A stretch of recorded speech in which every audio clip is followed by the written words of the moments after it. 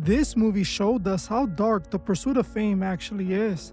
In Jennifer's Body, a failed rock band trying to make it big discovers a solution that promises everything they've ever wanted. The only catch is, they must commit an unthinkable act to seal the deal. If they want the rock star life, they must pay for it with the life of another. Jennifer's Body shows us why fame turns so many into monsters. By the end of this video, you will see exactly what this movie is trying to warn us about. In Jennifer's Body, two friends go to a local bar to watch an unknown band perform. While there, Jennifer becomes completely enamored by the lead singer and she can't stop staring at him.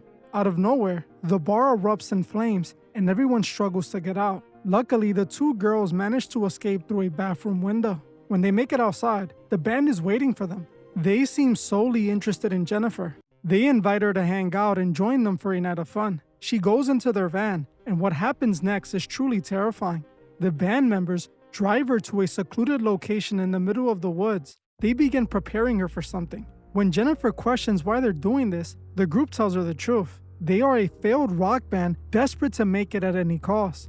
After finding a dark ceremony that promises to make them stars, they agree to do the unthinkable, make a ritual offering of a virgin to a dark entity. Because the band assumed she was a virgin, they thought she was a pure sacrifice. But Jennifer lied when she was asked and wasn't one. Now the ritual still worked, and the band ended up becoming massive stars. But because Jennifer wasn't a virgin, she didn't just pass on. Her body became possessed by a dark entity. While possessed, she became a succubus who needs to feed on people to sustain herself. She starts picking off her classmates one by one, using her beauty to lure them in. While the band did become massive stars, they created a monster that in the end consumed them all. This movie operates on a much deeper level, grounding its entire plot in an ancient music folklore. Chances are you have all heard the legend of Robert Johnson and the Crossroads. The legend claims that Robert Johnson was a failed artist who dreamed of being a blues star but just lacked the talent. Most people who heard him play said he was utterly terrible, but one day, that all changed. The story goes that Robert Johnson went down to the crossroads with his guitar. There, he was met by a mysterious figure who made him an offer he couldn't refuse. According to the legend, this figure took Johnson's guitar, tuned it, and handed it back. When Robert played it, he was no longer an unskilled amateur. He had been transformed into a master guitarist instantly. Soon, Robert became known as the best blues player to ever live. But the legend ended in tragedy when he mysteriously passed away shortly after. It is said that the figure he met at the crossroads was a dark entity to whom Johnson gave his soul for success. The entity made him a legend, but in return, it claimed his life. This is the exact story Jennifer's Body is telling us. The band was a failed group that lacked the talent to make it big. They discovered this dark ritual, and after completing it, they became massive stars. Just like the Robert Johnson legend, the entity eventually came back to collect. This movie shows us how dark the pursuit of fame actually is, but more importantly, it shows us exactly how industry plans are made. Think about it. This band had no real fans, no industry connections, and barely any real talent. But after they performed the ritual, they became massive stars overnight. They got the record deal, the screaming fans, and everything else that comes with it. They didn't earn it with their talent. They bought it with a soul. This perfectly mirrors the modern concept of an industry plant. We constantly see artists who lack talent blow up out of nowhere. One day to the next, they have unlimited fans, record labels begging to sign them, and endless wealth. Their music is forced on the public until the masses are conditioned to be fans. The band in the movie was a perfect example of an industry plant, and the film is showing us that a dark entity was the true power behind their manufactured success. This idea of artists being granted success after an ultimate deal has always stood out to me in this movie. I find it truly interesting because we constantly see this same story pop up in so many music videos and songs. When you actually watch some of these videos, the story is virtually identical to what is told here. We just talked about this in my American Satan breakdown. That movie also featured a desperate band making an ultimate deal for fame and success. Don't you find it interesting that they keep telling the same story? Often, it's the artists who blew up out of nowhere who are the ones telling it. Another thing that was very strange to me was the fact that in Jennifer's Body, the rock band does the ritual during a live performance. The ritual started with the performance at the bar when it mysteriously caught on fire. They then took Jennifer to the woods and did the ceremony. Now, if you saw my video on American Satan, you know that this is exactly what Mr. Capricorn, who is implied to be the devil, told the band they had to do to become legends. He called it an on-stage ritual, where they had to perform the ceremonial offering during a live performance in front of a crowd. This is literally what the band in Jennifer's Body did. They started the fire that claimed a bunch of people. Now, one thing I always thought about was why Jennifer turned into the succubus. What was it about her not being a virgin that caused her to get possessed? It all goes back to ancient esoteric myths and strict magical principles.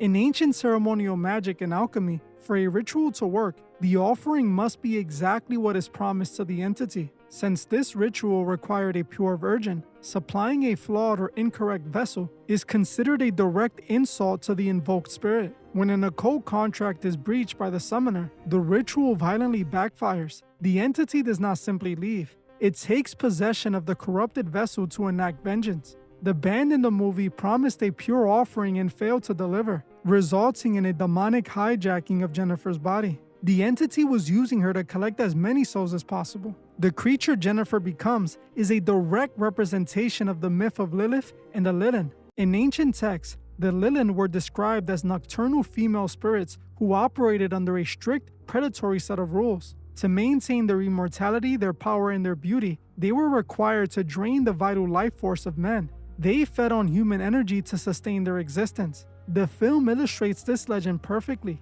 Jennifer is shown falling apart when she goes too long without feeding. She loses her immaculate beauty and starts looking pale and sickly. When she consumes her classmates, she immediately springs back to life. She uses her beauty to lure in her victims, extracting her life force to heal herself and maintain her flawless appearance. The movie clearly drew inspiration from how these ancient parasitic entities operate. It's interesting how this movie combined both of these narratives, the Robert Johnson legend with an ancient occult and Mesopotamian mythology. I genuinely wonder if the writers of this movie were trying to imply a direct connection existed between these two ancient stories. When you look closely at the script, the blending of these themes feel incredibly deliberate. We have the Robert Johnson Crossroads Legend representing the ultimate industry shortcut, merged perfectly with the Lilith mythology representing the literal consumption of youth. Hollywood constantly pulls from the same pool of esoteric knowledge. The most important lesson of this movie comes at the very end.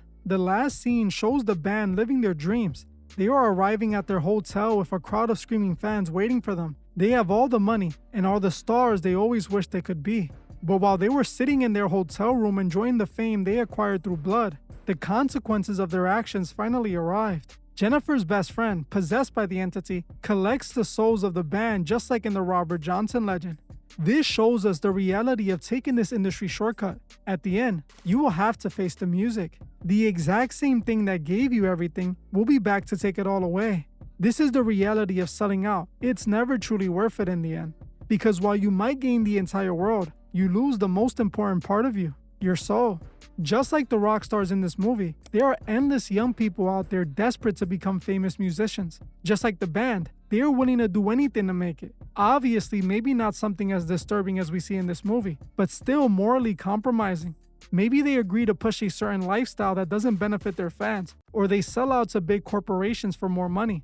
At the end, the moment their 15 minutes are up, the industry discards of them. They end up with less than what they started with, because now not only did their fame fade away, but they lost their soul too.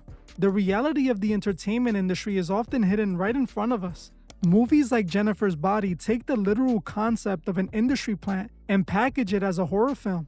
They show us a cinematic representation of how an artist's soul is consumed during stardom. We see this exact same story frequently in many Hollywood movies. A month or two ago, I covered the movie Late Night with the Devil, and that movie told a very similar story. In that film, a talk show host ends up ritually offering his wife to join a powerful group that oversees the entertainment industry. After making the deal, we see the entity come to collect just like in Jennifer's Body. Literally, the movie ends with the exact same lesson. Late Night with the Devil shows a different side to this entire idea. It depicted an organization serving as the gatekeepers. So if you want to see what that movie shows us about the price of fame, watch this video right now. Also, make sure to subscribe. And if you want to further support the channel, The Patreon is in the description for over 60 exclusive videos. I want to thank you all for watching, and I'll see you guys in the next one.